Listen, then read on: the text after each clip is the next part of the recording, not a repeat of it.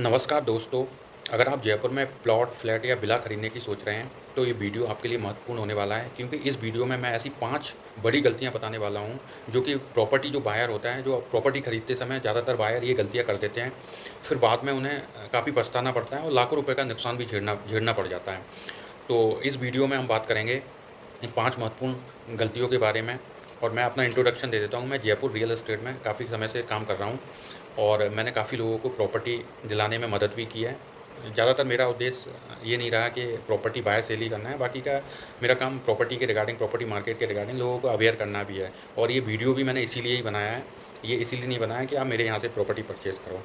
तो आगे हम बात करते हैं ऐसी 5 गलतियाँ कौन-कौन सी हैं। जो पहली गलती है, वो बात करते हैं बढ़ती कीमतें देखकर, या फिर आपको लगता है प्रॉपर्टी की रेटें बहुत ज़्यादा बढ़ रही हैं, तो मुझे भी परचेज़ कर लेना चाहिए। ऐसा नहीं है। और कुछ लोग देते हैं पर्टिकुलर एरिया में उनके पड़ोसी ने प्रॉपर्टी परचेज़ की या कोई रिश्तेदारों ने परचेज़ की, देख लेते हैं दोस्त या मोहल्ले के लोगों ने, ज़्यादातर लोग इसी एरिया में प्रॉपर्टी परचेज़ करने हैं या फिर अपने ऑफ़िस के जो कलीग्स हैं उनसे बात सुनते हैं, प्रॉपर्टी के बारे में जानकारी लेते हैं। एक भेड़-चाल की तरह हो जाती है। इसी एरिया में लोग अब प्रॉपर्टी खरीद रहे हैं, ऐसा क्या रीज़न है? आप ये देख के कभी भी प्रॉपर्टी नहीं खरीदें कि इस एरिया में प्रॉपर्टी के रेट बढ़ रही हैं या आपके रिश्तेदार या ज़्यादातर लोग इसी एरिया में प्रॉपर्टी खरीद रहे हैं। ऐसा नहीं है। आपको ये देखना है, जैसे जयपुर में आप पर्टिकुलर एरिया की बात करें, जयपुर में आपको अगर गूगल पे जाएँगे या गूगल पे आप आजकल तो बहुत ईज़ी हो गया है, जैसे चैट जीपीटी या कोई भी आप एक साथ ही सारी न्यूज़ दे सकते हैं। आप गूगल पे जाएँगे या यूट्यूब पे वीडियो देखो, जेडीए का जो मास्टर प्लान है वो क्या है और गवर्नमेंट की प्लानिंग क्या है, किस एरिया में गवर्नमेंट अपनी लैंड पूलिंग स्कीम ला रही है, किस एरिया में जो गवर्नमेंट की बड़ी स्कीम्स हैं वो किस एरिया में आ रही हैं। तो आप उसके अकॉर्डिंग आप प्रॉपर्टी खरीदो। अगर गवर्नमेंट की प्लानिंग आप जो गवर्नमेंट की प्लानिंग किसी अदर एरिया में है और वहाँ पे रेट्स नहीं बढ़ रही, तो आपको ऐसा नहीं सोचना वहाँ पे अभी डेवलपमेंट नहीं है और अभी रेट्स भी नहीं बढ़ी, तो ऐसा नहीं है। आप प्लानिंग के हिसाब से वहाँ पे अगर आपको कोई प्रॉपर्टी अफोर्डेबल रेट में मिल रही है, तो खरीद लेना चाहिए। अगर महँगी भी मिल रही है, फिर भी खरीद लेना चाहिए, क्योंकि आने वाले टाइम में जो आपको जो असेट्स बनेगी, मल्टीपल रिटर्न्स मिलेगा। तो जो गवर्नमेंट की प्लानिंग है और जो डेवलपमेंट का प्लान है, उसी एरिया में ज़्यादा चांसेस बढ़ेंगे। आप ये देख के मत खरीदो, आपका पड़ोसी पैसे वाला है, उसने एक अच्छी लग्ज़री प्रॉपर्टी किसी बिल्डर ने बनाई थी, वहाँ पे खरीद ली। और वहाँ पे गवर्नमेंट की तो कोई प्लानिंग नहीं थी, पर पर्टिकुलर बिल्डर ने जो गेटेड टाउनशिप है या विला या फ्लैट का प्रोजेक्ट है, बहुत लग्जरी बनाया है, आस-पास सारी एमिनिटीज़ दे दी। आप ये देख के अगर लॉन्ग टर्म में अगर आप प्रॉपर्टी में इन्वेस्टमेंट करेंगे, तो फिर आपको आने वाले टाइम में बहुत अच्छा रिटर्न तो मिलने वाला नहीं है। रिटर्न्स मिल सकता है, पर आपको जिस एरिया में गवर्नमेंट की प्लानिंग है, सेक्टर रोड्स हैं, उस एरिया से तो आपको कम ही रिटर्न मिलेगा। तो नंबर 1 पॉइंट हो गया ये। अब जो नंबर दूसरे पॉइंट की आपसे बात करेंगे हम, दूसरे पॉइंट की बात करेंगे। अब आपको मैंने बता दिया, एरिया के रिगार्डिंग बता दिया, आपको किस एरिया में डिसीजन लेना है, आपको भेड़-चाल देख के डिसीजन लेना है। दूसरा है जो प्रॉपर्टी टाइटल चेक करना। जैसे आपने कोई प्रॉपर्टी परचेज़ कर रहे हैं, तो आपको सबसे पहले, अगर जयपुर की बात करें, जयपुर में परचेज़ कर रहे हैं, तो सबसे पहले आपको चेक करना है कि आपको जेडीए अप्रूव्ड प्रॉपर्टी खरीदनी है, वो भी नया प्रोजेक्ट है, तो वो रेरा अप्रूव्ड होना चाहिए। आपको ये नहीं देखना, आपने देखा किसी एरिया में जेडीए अप्रूव्ड प्रॉपर्टी आपको 50,000 रुपए गज में मिल रही है। आपने देखा उसी से 500 मीटर या 400 मीटर के आस-पास किसी सोसाइटी या सहकार निर्माण समिति की कोई कॉलोनी है, उसमें आपको 20,000 रुपए या 25,000 रुपए गज में या 30,000 रुपए गज में ही आपको प्लॉट मिल रहा है। तो अगर आपके पास पैसे हैं, तो मेरा जो सजेशन रहेगा, आप जेडीए अप्रूव्ड और रेरा अप्रूव्ड कॉलोनी में अगर आप 50,000 भी देते हैं, तो आने वाले टाइम में आप सेफ फील करोगे और आपको रिटर्न्स भी अच्छे आएँगे। हो सकता है कभी-कभार आप सोसाइटी पट्टे में इन्वेस्टमेंट कर लो, तो अच्छा रिटर्न भी मिल जाता है, क्लियर टाइटल भी होता है, पर आप अवॉइड करें। ज़्यादातर जो सोसाइटी पट्टे की कॉलोनियों में आपको टेंशन वाला चीज़ देखने को मिलेगी। एक पट्टा 2 नाम से निकल जाता है, या फिर आपने क्लियर टाइटल खरीद भी लिया, अगर आपने रहने के लिए मकान बना लिया, तो आपको रोड्स नहीं मिलेंगी, कच्ची या डामर की रोड नहीं मिलेंगी और पानी की लाइन नहीं होगी, बिजली की प्रॉपर व्यवस्था नहीं होगी, सीवर लाइन भी नहीं होगी, तो आपको रहने में वो अच्छा फ़ील नहीं होगा जो जेडीए अप्रूव्ड कॉलोनी है उसमें होगा। क्योंकि जेडीए ने जो अप्रूव्ड कॉलोनी की है, उसमें जेडीए की ज़िम्मेदारी होती है सारी एमिनिटीज़, बिजली, पानी, सीवरेज स्टार्ट करना। अगर आपने किसी डेवलपर से जेडीए रेरा अप्रूव्ड प्लॉट्स लिए हैं, तो आजकल जेडीए ने एक तरीके से कानून बना दिया है कि सारी एमिनिटीज़ कंप्लीट करके ही देना पड़ेगा। सीवर, अंडरग्राउंड बिजली, वाटर और अ, क्या बोलते हैं, रोड, वो सारी चीज़ें डेवलप करने के देना पड़ेगा। तो वो फ़ायदे मिल जाते हैं। फिर बाद में क्या है कि सोसाइटी पट्टे में गवर्नमेंट कब प्लानिंग में आएगी, आपकी कॉलोनी में 10 साल लग जाएँ, 15 साल, जब तक आप परेशान ही रहोगे, आपके सामने पानी भरा रहेगा, कीचड़ रहेगा।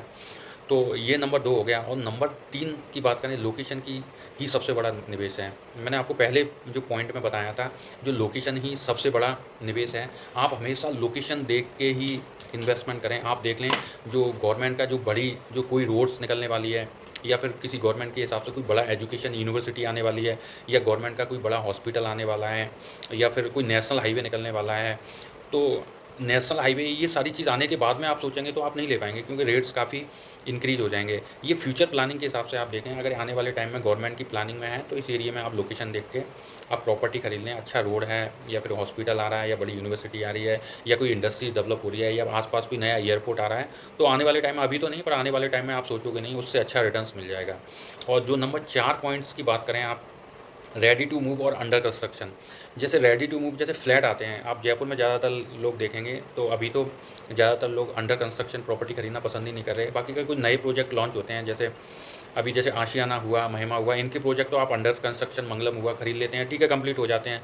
अब कुछ डेवलपर हैं, मैंने देखा है, अब मैं पर्टिकुलर नाम तो नहीं ले सकता, बाकी का उन डेवलपर का जो प्रोजेक्ट था, जैसे फ्लैट्स आपने बुक कर दिए, अब बुक करने के बाद में उन्होंने पोजीशन तो 3 साल के ले लिए, 2 साल के लिए दे दिया, टाइम दे दिया, पर उसके बाद में उन्होंने वो प्रोजेक्ट फ्लॉप ही हो गया या फिर 5-6 साल लग गए। पर आपने तो बैंक से लोन ले लिया या फिर कैश में लिया, पेमेंट दे दिया, तो आपका तो पैसा फँस गया, वो प्रोजेक्ट कंप्लीट ही नहीं कर रहा।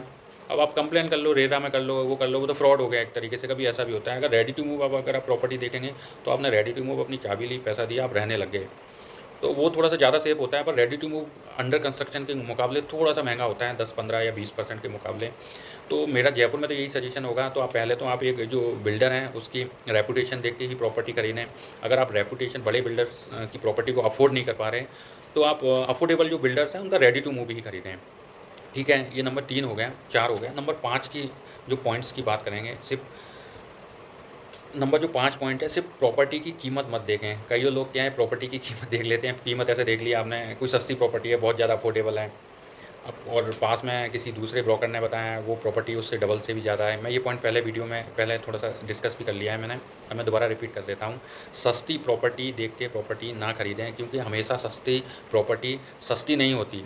कभी सस्ती प्रॉपर्टी आपके लिए बहुत महँगी हो जाती है, क्योंकि आपका इतनी टेंशन दे देती है, कोई लफड़ा होता है, लीगल या क्लियर टाइटल नहीं होता, तो आपको आने वाले टाइम में जो पैसा दिया है वो तो गया ही, आपको कानूनी कोर्ट के चक्कर भी लगाने पड़ जाएँगे, आपको प्रॉपर्टी भी नहीं मिले और मेंटल प्रेशर रहे और जीवन खराब हो जाता है, क्योंकि प्रॉपर्टी बहुत सस्ती तो आती नहीं है, कितनी भी सस्ती ले लो, पर वो आपके लिए महँगी ही होगी। तो इसीलिए हमेशा क्लियर टाइटल प्रॉपर्टी ही खरीदें, सस्ती प्रॉपर्टी देख के ना खरीदें। जयपुर में देख रहे हैं तो आप जेडीए और रेरा अप्रूव्ड ही प्रॉपर्टी खरीदें, ना कि सोसाइटी पट्टा या किसी लोकल या पुरानी कॉलोनी में जो अनऑथराइज़्ड बसी हुई है, उस कॉलोनी में खरीदें। ठीक है, ये अपने 5 पॉइंट हो गए, आप इन्हें अगर आप फ़ॉलो करेंगे, तो आपको मेरे हिसाब से आने वाले टाइम में अगर आप प्रॉपर्टी देखेंगे, तो आपको बहुत ज़्यादा परेशानियों का सामना नहीं करना पड़ सकता, अगर आप ये याद रखें। प्रॉपर्टी दोस्तों, प्रॉपर्टी खरीदना जीवन का सबसे बड़ा फ़ैसला होता है, इसलिए ये प्रॉपर्टी हमेशा सोच समझ के ही खरीदें। अगर आप फिर भी आपको प्रॉपर्टी खरीदने में कोई कन्फ्यूजन रहती है, आपको समझ नहीं आता, कोई सजेशन की ज़रूरत है, तो मेरा नंबर है डिस्क्रिप्शन में, तो आप उस पे कॉल करके आप मेरे से सजेशन भी ले सकते हैं प्रॉपर्टी के रिगार्डिंग। तो आप मुझे कॉल 9 बजे से सुबह मॉर्निंग 9 ओ क्लॉक से लेके आप 6 पीएम तक कर सकते हैं। तो मैं आपको किसी प्रॉपर्टी के रिगार्डिंग आपकी अगर कोई क्वेरी है, तो मैं आपकी उसमें मदद कर सकता हूँ। Thank you.